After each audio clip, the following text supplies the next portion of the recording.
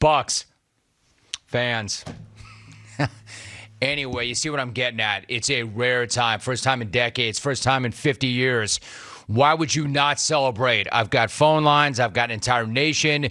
And you have a big platform. Celebrate. You're probably hanging a little bit this morning. You might be feeling it. Your guy Giannis already in the news again this morning, and for all the right reasons. Let's get at it. You have your telephone number.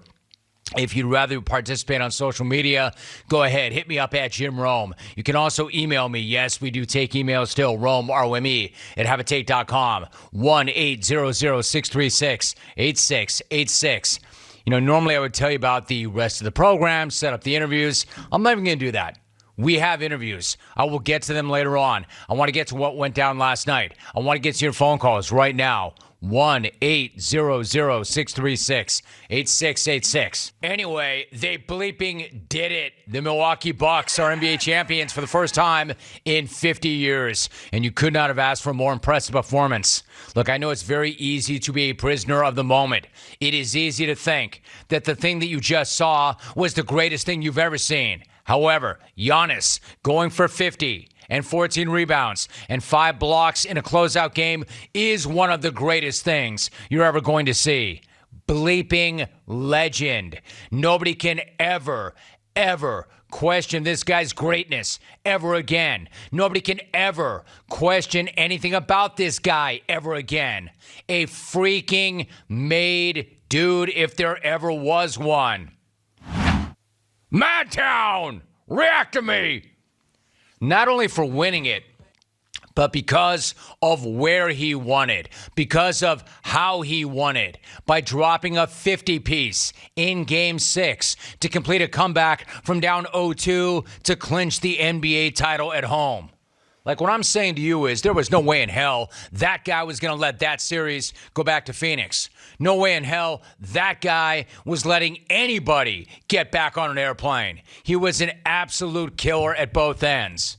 One of the criticisms that people have thrown around at Giannis in the past is he's just too nice. This guy's not the cold-blooded assassin that MJ and Kobe were.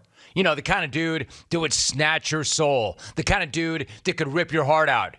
Yeah, let's go ahead and call bullcrap on that once and for all. Go ask the Phoenix Suns how it feels to have somebody reach into your chest and rip your heart out. Because Mr. Nice Guy just did that to them, and he pissed on,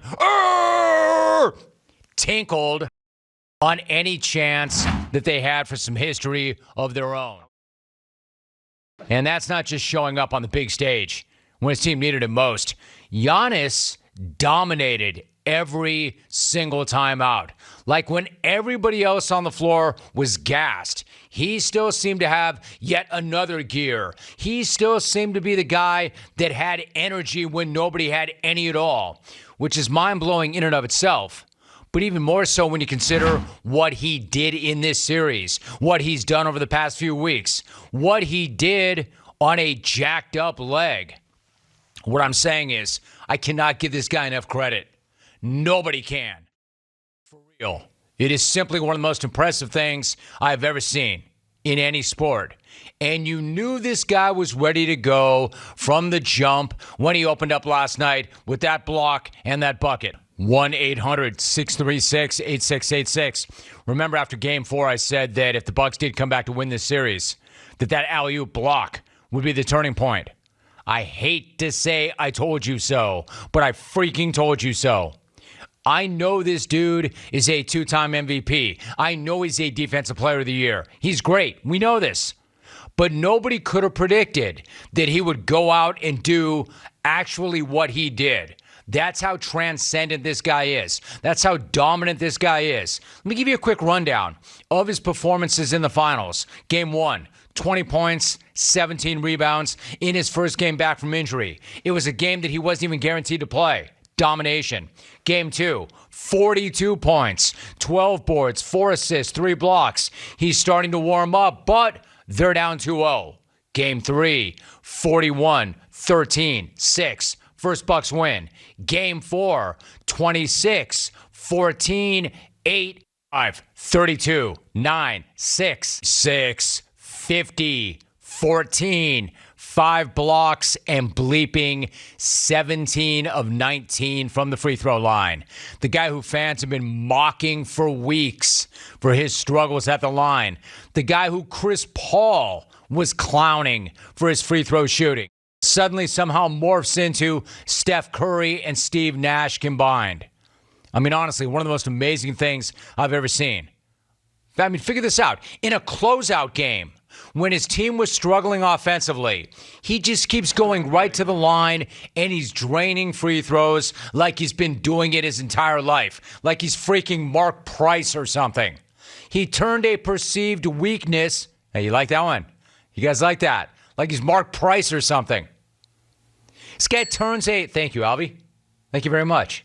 Thank you so little, Alvy. He turns a perceived weakness into a strength in the most important game of his career. Like, how is that possible? Who does that? Let me answer that for you. Nobody does that. It goes without saying they're not in that spot if not for what the freak did at the free throw line. With each trip to the line, this guy turned last night from a battle into a coronation. It's kind of funny because when people around the league think about life after LeBron, where does the conversation typically go? Where does it go? It goes to Luka. The expectation is he is the next one, that he's the one who becomes the face of the association. And for some reason, folks just gloss over the 26-year-old with 2 MVPs and a Defensive Player of the Year award.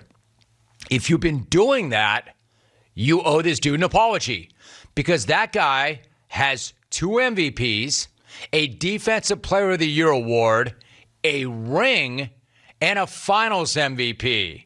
And yes, he is still just 26. And here's the other thing. He's not desperate to show you how tough he is or to prove to you what a badass he is or how hard of a dude he is. My man is all about the love. Like, he's not running on hate. He's running on joy. I'm not sure I've ever seen a more joyful killer in my life. And best of all, he did not leave to do it. He did not leave to do it. He did not join forces to create some super team somewhere else. Nothing against people who've done that. Nothing against people gaming the system. Nothing against folks taking advantage of the way it's set up. But all the credit in the world for not doing it, for not having to do it, for staying right where he was. And better yet, right where he is Milwaukee of all places.